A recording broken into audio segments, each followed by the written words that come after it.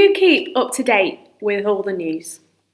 Well, I must confess and say that I used to be quite good at it, and I would catch the evening news every day and I would get the news bulletins to my phone. But then in COVID, news just became very much the same thing each day, didn't it? The total cases, total hospitalisations, total deaths. And it suddenly all became really fearful, and every day seemed worse than the one before. And in reality, it was often easier to skip out on the news and just keep up to date with the restrictions and the various ways that they are made available. But then from missing out on that news, I also missed out on a lot of great things that were happening as well. I was late to the party when it came to all the great work of Captain Tom. And I even think I might have missed the initial announcement about the approval of the vaccine. And I realised not all news is bad news. And actually some news is just too good to miss. A little bit like the news we're going to look at today. We pick up on our Bible reading today following the women's encounter at the empty tomb. They meet two angel-type figures who explain that Jesus has risen as he said he would. The women are immediately sent on their way to share this wonderful news with the 11 disciples and the other followers of Jesus. They had great news to share. However, when they got to where the people were hiding, not everyone took their news as gospel. We know from our message last week, shared by Josh, that many people had a different reaction to Jesus' resurrection. And in our passage today, the reaction is as equally different. They didn't go to the tomb or stay around to even see what was going on.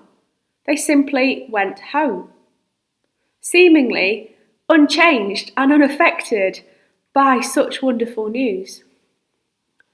And so we meet these two men on the road to Emmaus, right there on that road from Jerusalem. And as they walk, they're talking about all that has happened.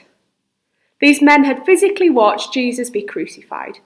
They'd listened to what Jesus had told them, and they'd heard the women speak about the empty tomb and their encounter with the angels. So when the stranger they meet on the road hadn't heard any of the news, well, they just couldn't wait to tell him. Verse 18 says this, "Are you the only one visiting Jerusalem who does not know the things that have happened here in these days?" This was hot off the press news. How on earth could someone in Jerusalem have missed it? The drama, the controversy. The disciples knew the facts. Jesus had foretold them exactly what was going to happen. But then they'd seen him die. And they just don't know what to believe. Jesus' response there is very telling and is still really relevant today. Verse 25 says, "How foolish you are, and how slow to believe all that the prophets have spoken." Jesus patiently explains again what happened so that the disciples could understand. The disciples had no problem talking about the events. They had no problem talking about Jesus. Everybody else was.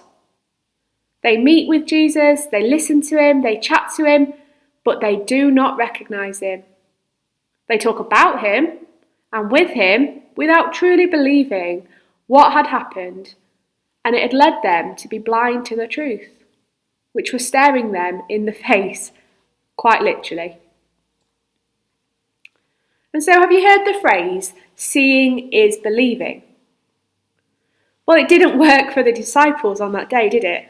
In this case, believing is seeing. It wasn't enough to know the facts. Faith had a part to play. They had to believe in the resurrection. They had to really, truly believe what the woman had told them and what Jesus had told them. They had to know that that is really what happened. So let's jump back a little bit through Luke and just think about what it is that disciples needed to understand. 3 times Jesus predicts his own death. 3 times. He says, "The Son of Man must suffer many things and be rejected by the elders, the chief priests and the teachers of the law, and he must be killed and on the 3rd day raised to life." And he said to them all, "Whoever wants to be my disciple must deny themselves and take up their cross and follow me." That's Luke 9:21-23. And then listen carefully to what I'm about to tell you. The Son of Man is going to be delivered into the hands of men. But they did not understand what this meant. It was hidden from them, so they did not grasp it, and they were afraid to ask him about it. That's again Jesus speaking to the disciples in Luke 9:44 to 45. And then finally, Jesus took the 12 aside and told them, "We are going up to Jerusalem, and everything that is written by the prophets about the Son of Man will be fulfilled. He will be delivered over to the Gentiles. They will mock him, insult him, and spit on him. They will flog him and kill him. And on the third day, he will rise again." The disciples did not understand any of this. Its meaning was hidden from them, and they did not know what he was talking about. And that's Luke 18:31 to 34. So as we can see, Jesus gives away so many clues. Whoever wants to be my disciple must take up their cross and follow me. The Son of Man is going to be delivered into the hands of man. We're going to Jerusalem where everything is going to happen. They're going to mock me, insult me, spit on me, flog me, kill me. And on the third day, I'm going to rise back to life. Well, you wouldn't need Sherlock Holmes to solve this one, would you? Jesus tells them exactly what was going to happen. And from what the disciples have seen of his miraculous power, the revelation that they had that he was the Messiah, well, there really wasn't a reason not to believe him, was there? Now, the women had been reminded of the words of Jesus at the tomb. They'd remembered and believed right away. And yet the meaning was hidden from the disciples, and they didn't know what Jesus was talking about.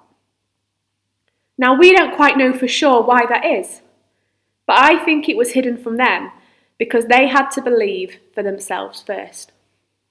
They'd been privileged to see Jesus at work. They'd seen things with their own eyes that you and I could only dream of. Just like you and I have to believe to truly know, Jesus wanted the disciples to do the same. It was their faith that would make them see. It took the trigger of Jesus joining with them once again around the dinner table, breaking bread and giving thanks before they realised who he was. In this deja vu moment, the penny finally dropped.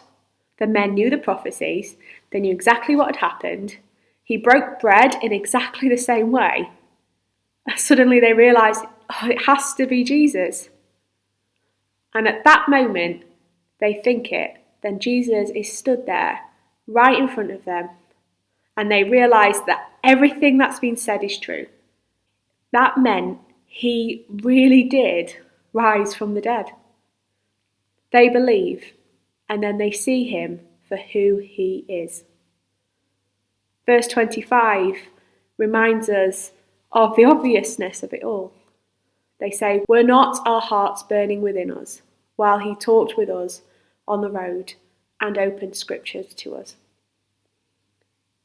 All they ever had to do was allow their heads to believe what their hearts already knew. The moment they believe, they see. And then they can't wait to tell others, to talk about Jesus, believe in the resurrection, and then you will see. And that's the kind of news you really can't keep to yourself, isn't it? And so, as you take some time today to reflect on the thoughts I've shared with you, and you contemplate another post-resurrection encounter with Jesus, may it be that you see for yourself the power, the authority, and the reality of our risen Christ that empowers you to serve him today. May God bless you.